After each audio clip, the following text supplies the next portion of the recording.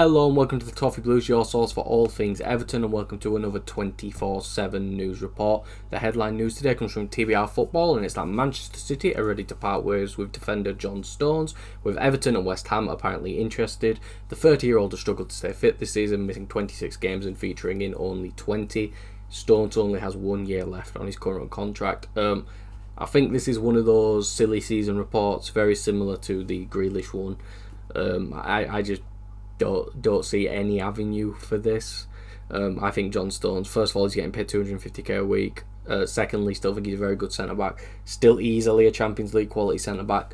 And if City are willing to give him up on the cheap, I can see clubs in much better positions than us being willing to take him naturally as well. I think there would be Saudi interest in John Stones. Would John Stones be interested in a move to Saudi? Probably, if he's getting paid like 400 grand a week.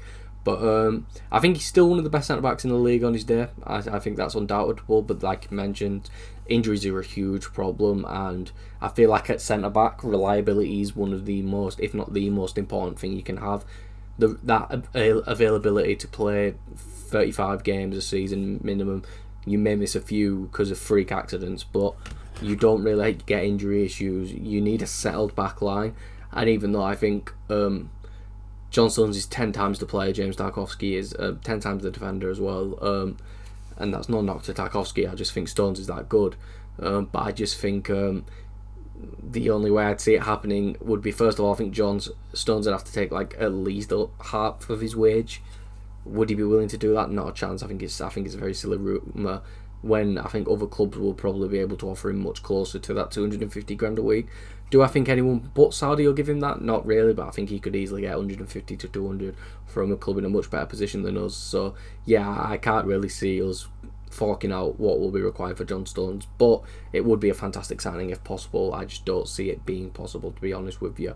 The next bit of news comes from Team Talk, and that's that Everton are considering reigniting their interest in Chelsea midfielder Kiernan Dewsbury-Hall this summer. Sheffield United midfielder Gustavo Hamer and Sunderland's Dan Neil are also on their shortlist. We've ran 3 polls on Twitter, one for Dewsbury-Hall, one for Hamer and one for Neil. So I'll go through those now. The first one with Dewsbury-Hall, 1,070 votes. Thank you to everyone that did vote. With 69% of people saying they'd like him, 19% of people saying they wouldn't be a fan, and 19% saying they're not sure, and 12% saying that they wouldn't take him. I think Dewsbury-Hall's a really good player. I think he proved it on his loan in the Championship at Leicester. 22 games, 3 goals, 1 assist this season, but his per 90 numbers make him look like one of the best midfielders in the world. But taking into account that's a lot of Conference League football against League 1, League 2 team opposition, really, if we're going to be honest with you. But I still think Dewsbury-Hall's a really good player. I think he could really do a job for us. I think he offers a lot of energy, a lot getting forward as well. I think he's got the technical ability to play the Decore role much better than Decore does. So I think it'd be an interesting one. I think it'd be a good signing, but a lot of it just depend on the money involved. Could it be a thing where we could loan him in with an option maybe for the summer after?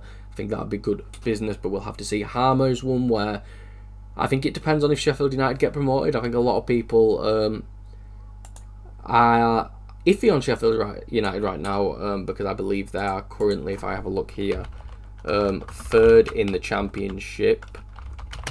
They're 3rd in the Championship, and they've been on quite a bad run of form recently, but so have teams like Sunderland. So is everyone in the top 6 currently. So I think it's one of those where it's anyone's game, but I do think there's a real chance Sheffield United crash out in the playoffs, and I think if they do crash out in the playoffs, Hamer will probably be available for 10 mil at most, because they're going to need to recoup some money in the summer, and I think they do have players like Ollie Arblaster who could take that place of that creative hub for the Sheffield United team, and I think they'd have to get rid. But on the Hamer poll, there was 1,672 votes.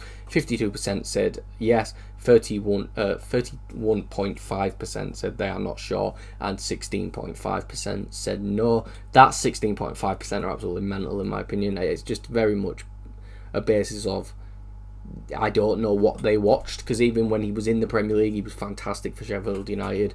He could carry the team to survival.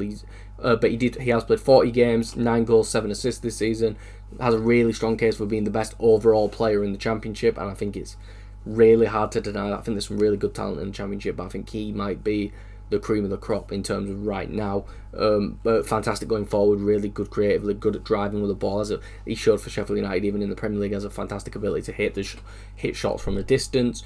And he's also got that work rate that Moyes really loves. He'll be willing to press for a majority of the game with that technical ability to boot. Of course, was a part of that Coventry team with Victor Gyökeres. So I think that would be the most exciting out of the three for me, because I think he'd probably end up being the cheapest and probably the best player out of the three. Maybe I think him or DEWSBURY-HALL you can make a case for. I'd probably DEWSBURY-HALL is a bit better of a player, but I really think Gustavo Hamer should have been playing in the Premier League this season. I'm shocked that he stayed in the Championship, to be honest. And Dan Neil, unfortunately, is the runt of the litter in a sense. Much more of a defensive midfielder, much more of a work rate guy. He's proven it for Sunderland this season. Who've been really good, really tapered off towards the end of the season, but could get promoted to the Premier League. And I think if they are promoted, of course, I don't think he leaves. I think a lot of this, I think Hamer and Neil heavily depend on whichever team comes up. If Sunderland stay down, we'll probably go in for Neil. If Sheffield United stay down, we'll probably go for Hamer. But yeah, 2 goals, 3 assists this season, but he's much more of a deeper midfielder, which I do think skews his stats compared to the other two.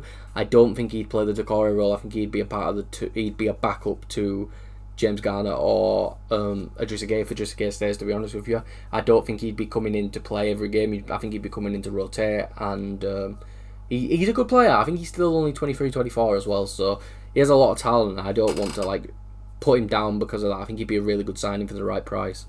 And on his poll, 1,126 votes, 53% said yes, 37% said they don't know, and 10% said no. Again, a lot of these depend on the fees. I think Neil's a good player. I think he'll really contribute, has that work rate and that drive that David Moyes loves. It's why we've been linked to him so much. But yeah, we'll have to see where things go. But of course, a lot of the last two specifically are very much dependent on if their teams are promoted.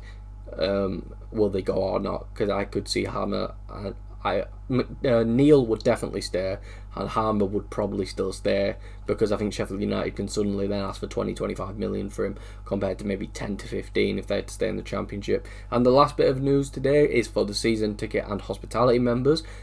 Season ticket holders and hospitality members will be able to purchase their seat at Goodison Park. The price of the seat will be £90 plus £10 for UK postage. It will be presented in a premium personalised display box. The display box does look very nice. Do I expect people to be going in a Goodison Park with the automatic screwdrivers and stuff like that? Yeah, I do. I expect it, to be honest with you. But yeah, you can't blame the club for trying to sell the seats. But I can also, it's very expensive. But also, I think it's a piece of history, so I can kind of understand it. A lot of the seats in Goodison aren't in good condition.